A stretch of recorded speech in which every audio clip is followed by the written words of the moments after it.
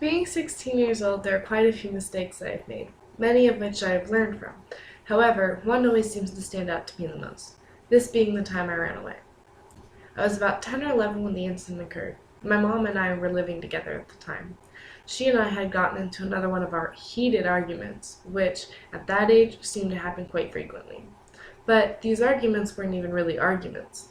They mainly consisted of me yelling the same thing over and over, and she had tuned me out about 15 minutes ago. Of course, I don't remember what this argument was completely about, probably because it wasn't that big of a deal, and because I was 10. But nonetheless, it was horrendous enough to send little 10-year-old me over the edge and out the door. I remember screaming, "Fine, I'll leave then," and running to my room to pack a bag. I grabbed my Barbie suitcase and threw in my favorite doll Emily and a toothbrush, the only things a 10-year-old needs, at least in my mind at the time. I zipped it up and started walking down the hallway. When I reached the front door, I had to come to a stop. My mom's boyfriend had placed 2 5-gallon water jugs in front of the door in an attempt to stop me from leaving. I got so frustrated that I threw my bags down and walked over the water jugs, running completely on anger-fueled adrenaline, and started moving them.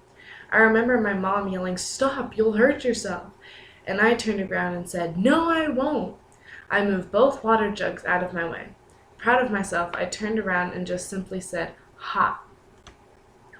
I then picked up my bag and walked out the door. It surprised me that no one was really trying to stop me. I was 10 years old. I didn't want to run away. I just wanted somebody to not want me to run away.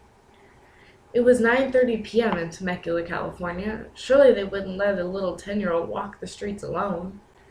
I remember everything looking so different. I always had to be home when the streetlights came on. It was dark, I was alone, and scared.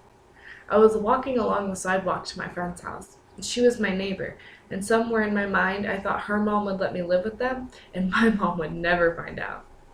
I got about halfway there and turned around to look at my house. I remember wanting to go home, but not wanting my mom to have the satisfaction of knowing I couldn't handle it on my own. I took a couple more steps and turned around. Still, nobody was coming to get me. What were they thinking? Were they thinking? They had to be worried about me. Eventually, I gave up, of course, and started making my way back home. When I opened the door, I saw my mom look around the corner. She saw me, and she was on the phone. She said, "Oh, never mind, she's home now. Thanks anyway. See you tomorrow." My mom came over and gave me a hug. "You know you're grounded, right?" she asked. I almost argued with her, but decided against it, probably for the best.